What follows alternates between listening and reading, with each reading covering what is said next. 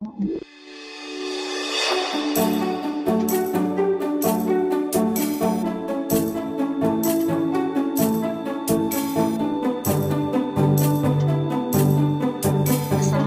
warahmatullahi wabarakatuh. Halo, salam jumpa.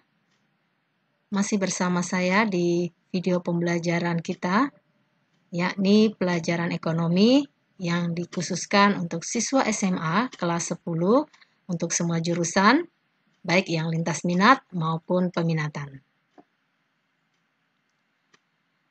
Pada pertemuan kita sebelumnya, kita sudah membahas KD 3.1, yakni mendeskripsikan konsep dasar ilmu ekonomi. Pada pertemuan kita kali ini, kita akan melanjutkan pembahasan mengenai KD 3.2,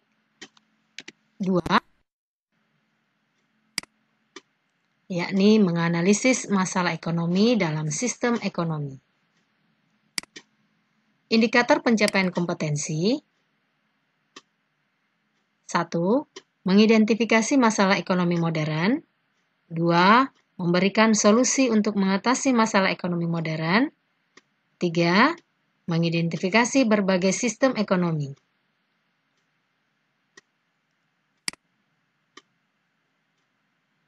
Peta konsep pembahasan materi kita kali ini adalah masalah ekonomi. Latar belakang timbulnya masalah ekonomi, masalah pokok ekonomi modern, reaksi, prinsip, ekonomi, dan biaya peluang, serta mengatasi masalah ekonomi dengan sistem ekonomi.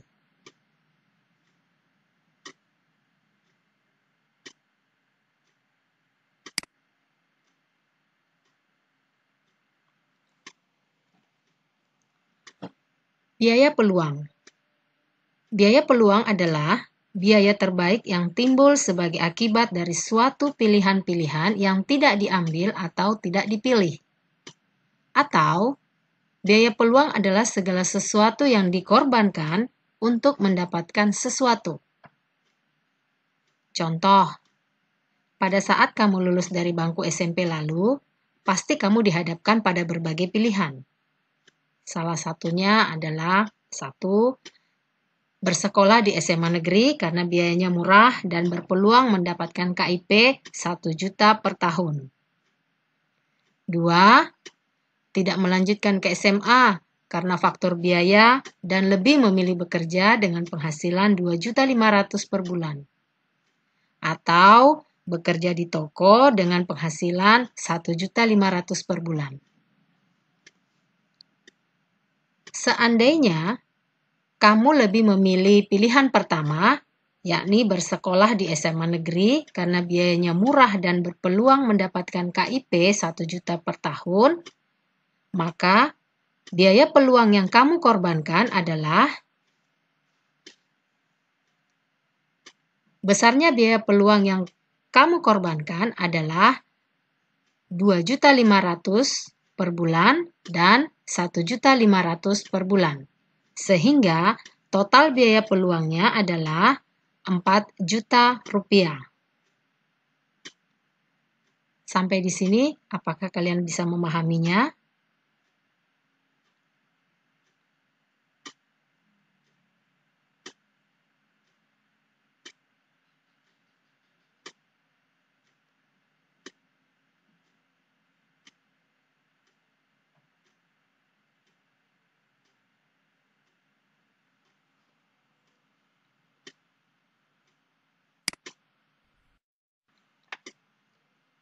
Timbulnya masalah ekonomi. Masalah ekonomi timbul akibat kebutuhan manusia yang tidak pernah ada batasnya. Manusia selalu ingin memenuhi keinginannya. Sementara alat pemuas kebutuhan sangat terbatas atau scarcity. Apa yang harus dilakukan?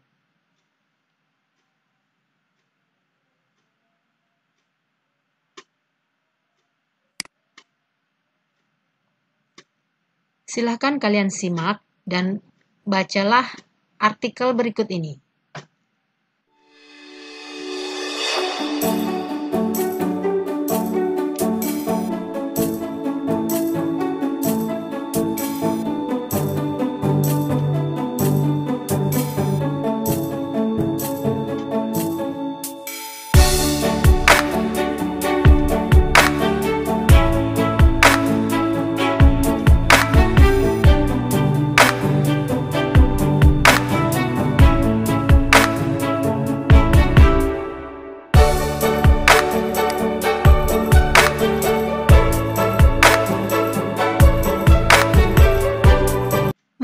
PT Beiersdorf Indonesia selaku produsen Nivea dan Hansaplast memutuskan untuk memproduksi hand sanitizer? Silahkan Anda jawab dan analisa berdasarkan literasi tadi.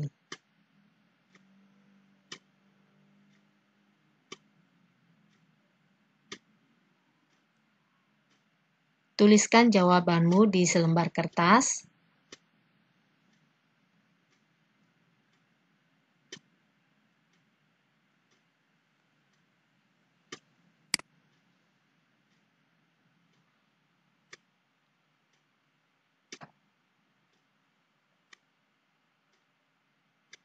Masalah ekonomi modern.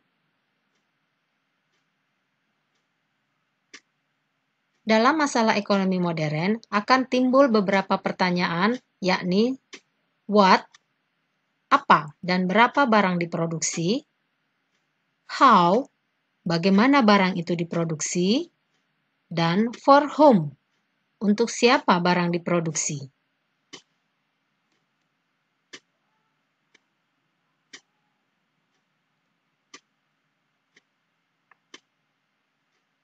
Sebelum kita melanjutkan pada pembahasan selanjutnya, mari kita relaksasi dulu dengan bernyanyi. Let's sing together. 1, 1, ekonomi pasar. 2, 2, ekonomi komando. 3, 3, ekonomi campuran. Ketiganya merupakan sistem ekonomi. Ya, silahkan bernyanyi, menghibur dirimu sendiri. Selamat bernyanyi.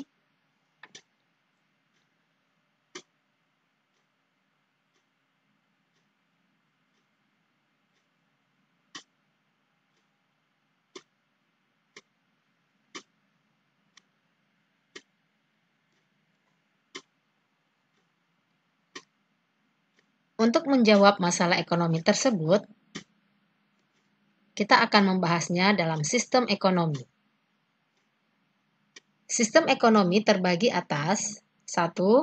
Sistem ekonomi tradisional, yaitu sistem ekonomi yang diterapkan oleh masyarakat tradisional. Ciri-cirinya adalah 1. Teknik produksi dipelajari secara turun-temurun. 2. Tidak memerlukan modal yang banyak atau modal sedikit. 3. Pertukaran dilakukan dengan sistem barter. 4. Belum mengenal pembagian kerja. 5. Terikat akan tradisi. Dan yang terakhir adalah tanah merupakan tumpuan kegiatan produksi dan sumber kemakmuran.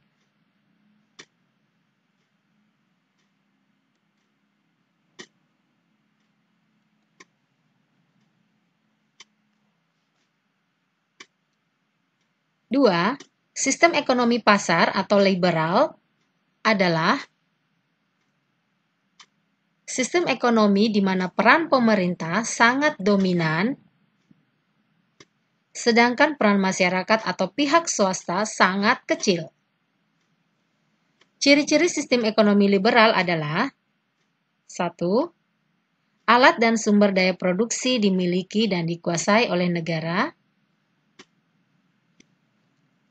2. Pemerintah tidak ikut campur tangan secara langsung dalam kegiatan ekonomi. 3. Timbul persaingan dalam masyarakat. 4. Setiap kegiatan ekonomi didasarkan atas pencarian keuntungan. 5.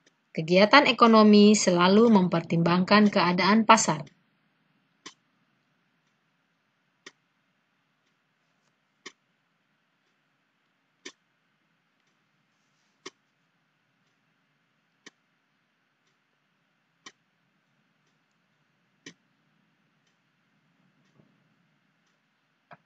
Ketiga, sistem ekonomi komando atau terpusat. Pada sistem ekonomi komando, peran pemerintah sangatlah dominan, sedangkan peran masyarakat sangat kecil. Pemerintah menentukan barang apa yang akan diproduksi, berapa jumlahnya, dan bagaimana memproduksinya. Ciri-ciri sistem ekonomi terpusat adalah 1. Semua alat sumber produksi milik negara, hak milik perorangan tidak diakui. 2. Kebijakan perekonomian diatur oleh pemerintah. 3. Jenis pekerjaan dan pembagian kerja diatur oleh pemerintah.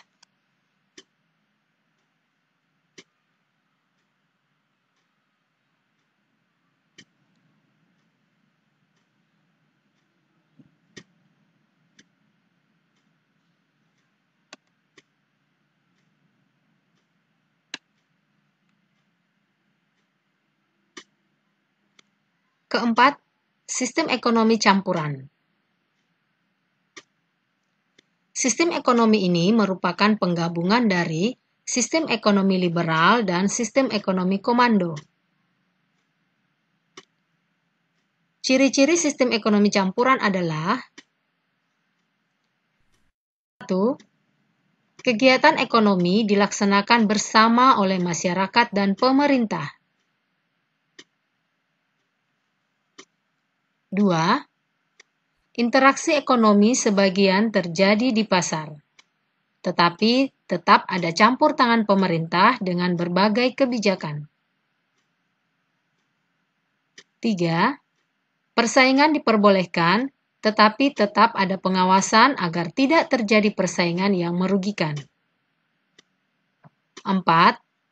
Peran pemerintah dimaksudkan untuk menyehatkan kehidupan ekonomi, mencegah monopoli, dan mengatasi krisis.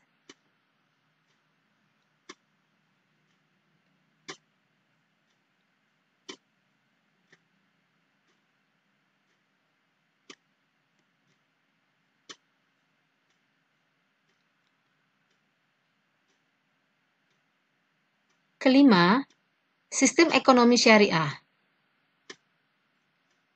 Kegiatan ekonomi yang berdasarkan pada prinsip Islami yang berlandaskan pada Al-Quran dan Al-Hadis. Tujuan ekonomi syariah adalah al-falah atau kesuksesan yang hakiki, yakni tercapainya kebahagiaan di dunia dan di akhirat. Karakteristik utama dalam sistem ekonomi syariah adalah 1. Semua harta yang dimiliki adalah kepunyaan Allah Subhanahu wa Ta'ala. 2. Negara diberi kewenangan ikut campur dalam perekonomian. 3. Ada petunjuk investasi. 4. Adanya zakat. Dan 5. Pelarangan terhadap riba.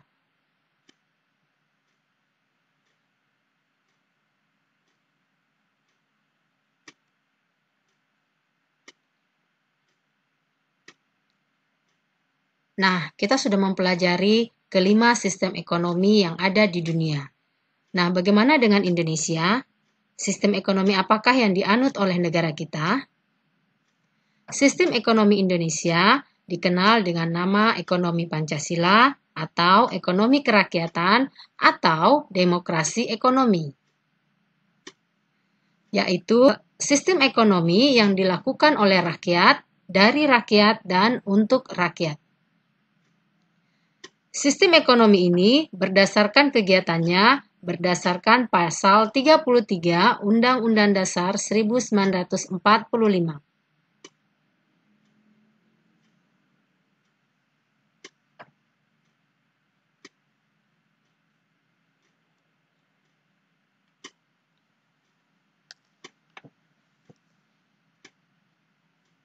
Nah, selesai sudah materi kita hari ini. Untuk memperdalam pemahaman kalian mengenai materi tadi, silakan mengerjakan latihan berikut ini.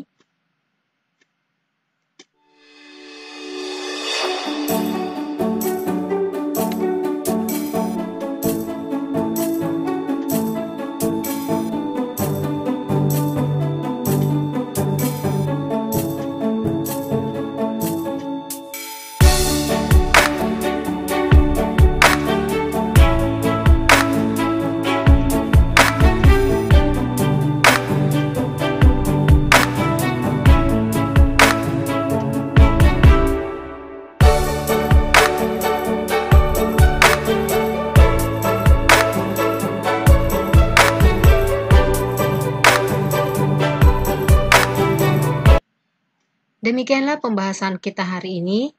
Semoga pembelajaran kita hari ini memberikan manfaat kepada kalian semua. Tetap jaga kesehatan dan ikuti protokol kesehatan. Terima kasih, sampai jumpa.